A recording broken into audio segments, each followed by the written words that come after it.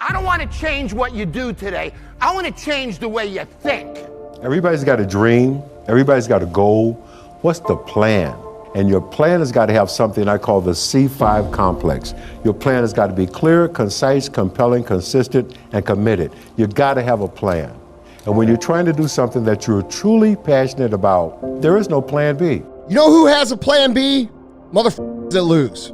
That's a fact, okay? Every single person that wins big, every single person that you look at, every single person that you're inspired by, every single person that you aspire to be like, they only have one plan, and that is they are gonna win or they are gonna die trying. All these people out there talking about, oh, well, if that doesn't work out, I'll just go back to this, whatever this is, which happens to be their miserable life they have now, all right? Those people always lose, and I'll tell you why. There's a real easy reason to understand. Because the people who go all in, the who burn the ships and leave themselves no other option but success, those people are dedicating all their skills, all their resources, all their energy into producing a specific outcome. And if you're competing against someone who's going all in with every resource they have, and you're only going half in because you're half in and you're half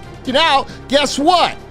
You're gonna lose. So you guys out there with your plan B mentality, you need to take that crumple it up and set it on fire, because all it's gonna get you is more of what you already have. I hate plan B. When you start doubting yourself, that's very dangerous, because now what you're basically saying is that if my plan doesn't work, I have a fallback plan, I have a plan B. And that means that you start thinking about plan B, and every thought that you put into plan B, you're taking away now that thought and that energy from plan A. And it's very important to understand that we function better if there is no safety net, because plan B becomes a safety net. It says that if I fail, then I fall and I get picked up and I have something else that will protect me. And that's not good. Number one in your life's blueprint should be a deep belief in your own dignity, your own worth, and your own somebodyness. But we must keep moving. We must keep going. If you can't fly, run. If you can't run, walk. If you can't walk, crawl. But by all means, keep moving. Insanity, you've seen this before, is doing the same thing again and again and expecting a different result. I don't want to change what you do today. I want to change the way you think.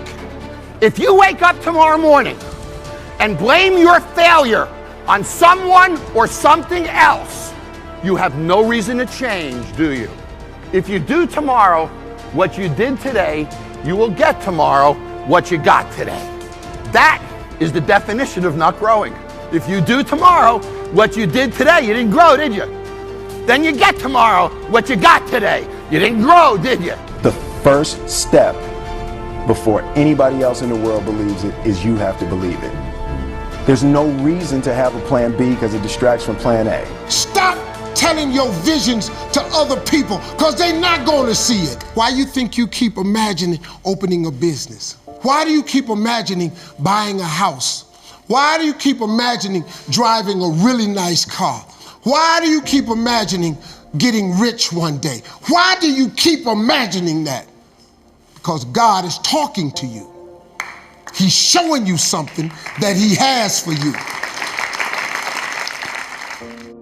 If the lion is the king of the jungle, how can he be the king of the jungle? If he's not the biggest, the elephant is probably one of the biggest.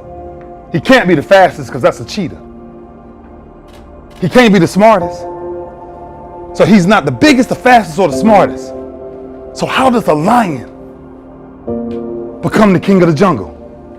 His mentality. That's the only difference of a lion and an elephant. When a lion walks up and sees an elephant, he thinks lunch. An elephant thinks run. Because when a male lion walks up, he may be outnumbered by a pack of hyenas, but I'm king. of my jungle because of my mentality. When a lion sees a gazelle and the gazelle sees the lion, both beasts see each other at the exact same time. When the gazelle sees the lion, because of how he's wired, he automatically, fear takes over. When the lion sees the gazelle, he lights up. It's showtime. The hunt is on. This is what I was made for. Right? For real, there's some of you, there are opportunities that you're like, it's too difficult, it's too hard, nobody can do it. You're not wired properly. I must turn it into a t-shirt. We turn tragedy into triumph. That's what lions do. Lions don't cry, lions don't give up, lions don't quit, lions hunt. That's what we do for a living.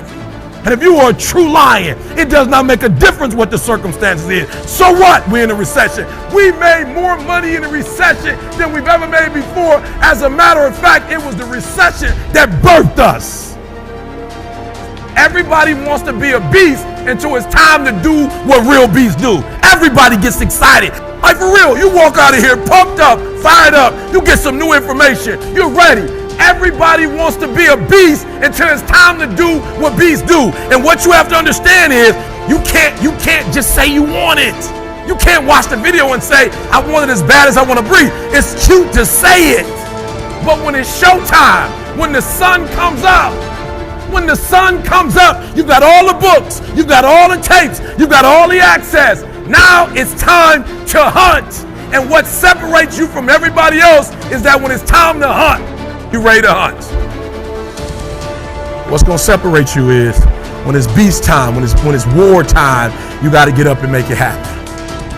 It takes both emotion and logic for you to reach your maximum potential, to really give everything you have and go beyond your limits. I don't stop. So you fight the weak emotions with the power of logic, and you fight the weakness of logic with the power of emotions. And in the balance of those two, that's where you find the strength and the tenacity and the guts to say to yourself, I don't stop. Can you be committed to the process of what you do without being emotionally attached to the result of what you do? Because a lot of people can be committed to the process of what they do if the results don't change. But the moment the result or the outcome changes of what they're chasing, they shut it down or they quit simply because the result changed. So can we be committed to the process of what we do, but not emotionally to the result of what we do, understanding every day I get up and give everything I got to everything I'm a part of simply because this is who I am? Like the only thing I need every day of my life is 86,400 seconds. That's it. Like I don't need, hey, you go hard, you'll get this. Like I don't need some reward. Like I don't need, the only thing I need is breath in my body, and I'm gonna flat out go and get it. Now when I was 15 years old, I had a very important person in my life come to me and say, who's your hero? And I said, I don't know, I gotta think about that. Give me a couple of weeks. I come back 2 weeks later, this person comes up and says, who's your hero? I said, I thought about it. You know who it is? I said, it's me in 10 years. So I turned 25, 10 years later. That same person comes to me and goes, so are you a hero? And I was like, not even close. No. She said, why? I said, because my hero is me at 35. So you see, every day, every week, every month, and every year of my life, my hero is always 10 years away. I'm never gonna be my hero. I'm not gonna attain that. I know I'm not. And that's just fine with me because that keeps me with somebody to keep on chasing. So to any of us, whatever those things are, whatever it is we look up to, whatever it is we look forward to, and whoever it is we're chasing, to that I say amen. To that I say, all right. Stop comparing yourself to other people. You're only on this planet to be you, not someone else's imitation of you. I had to learn that the hard way on the air, live, anchoring the news. And that little breakthrough, that little crack, that little moment that I stopped pretending allowed the real me to come through. Your life journey is about learning to become more of who you are and fulfilling the highest, truest expression of yourself as a human being. That's why you're here. Look, human beings, we can't help ourselves but compare ourselves to others. And comparison is the deadliest thing we can do to ourselves, because we will always come up short. I mean, all it does is exaggerate all of our insecurities. My number one competition is me. It's always you versus you. You got to be the one to get up every morning, be disciplined, put in the consistent daily hard work, because that gains success. No coach, no trainer, no mentor, no boss can do it. You versus you.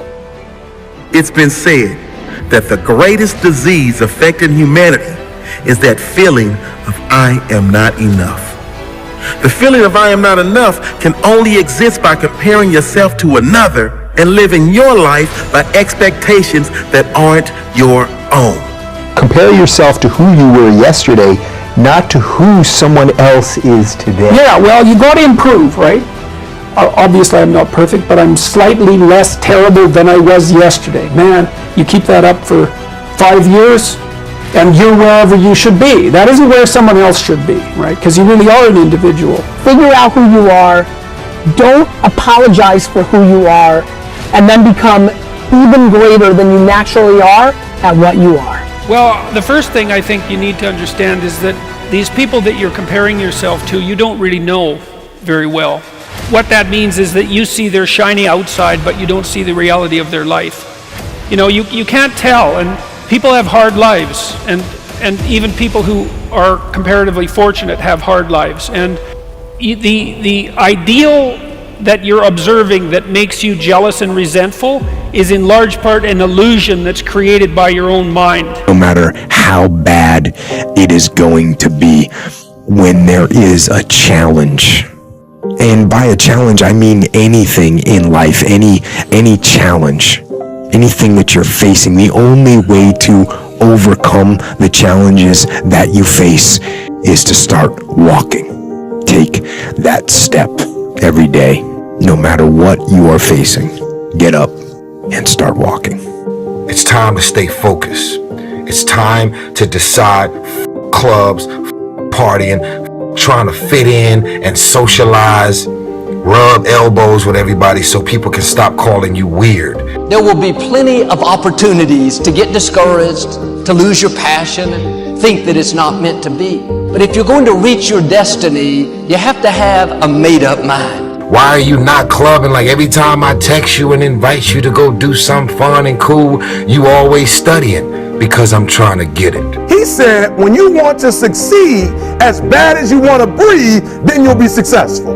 If you give up after the first time, or the 5th time, or the 30th time, what that really means is you didn't want it bad enough. And ask ourselves, what do I really want?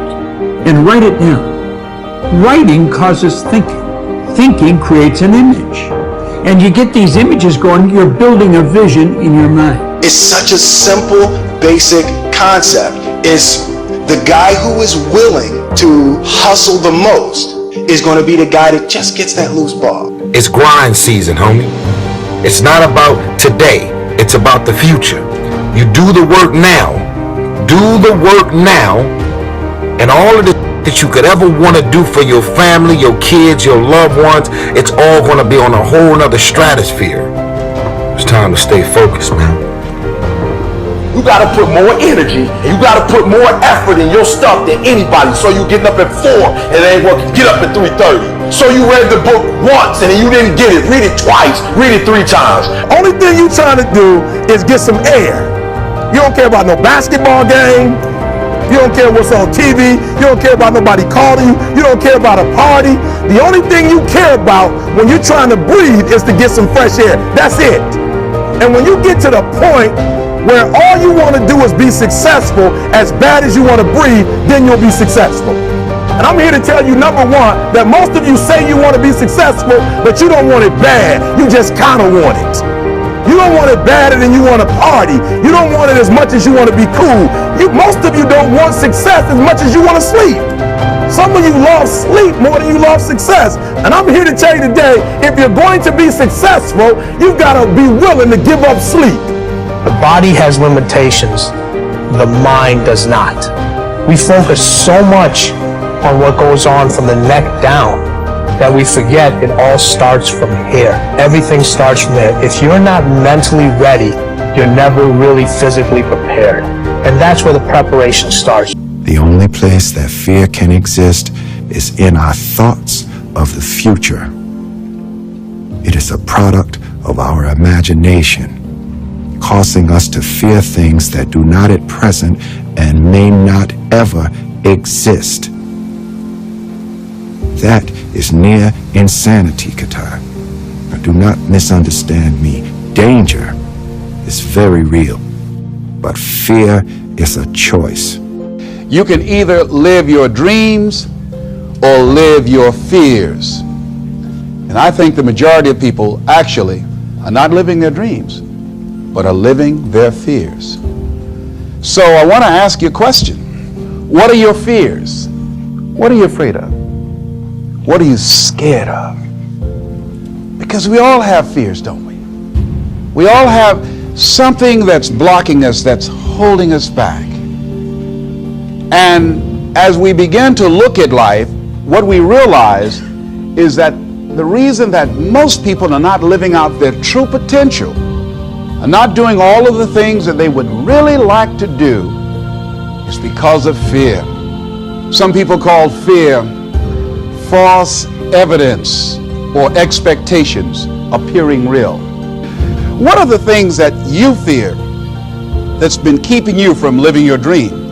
That's been keeping you from doing some things that you would like to do? Just think about those things. And how do we begin to handle that? Abraham Maslow said that the life is about growth. And he said you could either go back to your comfort zone, and there you won't find any growth, or you must be willing to go forward and face your fears again and again and again. Fail early, fail often, fail forward. You know, it's always a little bit frustrating to me when people have a negative relationship with failure. Failure is a massive part of being able to be successful. You have to get comfortable with failure. You have to actually seek failure. Failure is where all of the lessons are. You know, when you go to the gym and you work out, you're actually seeking failure. You want to take your muscles to the point where you get to failure, because that's where the adaptation is. That's where growth is. Successful people fail a lot. They fail a whole lot more than they succeed, but they extract the lessons from the failure, and they use that, the energy, and they use the wisdom to come around to the next phase of success. You gotta take a shot. You have to live at the edge of your capabilities.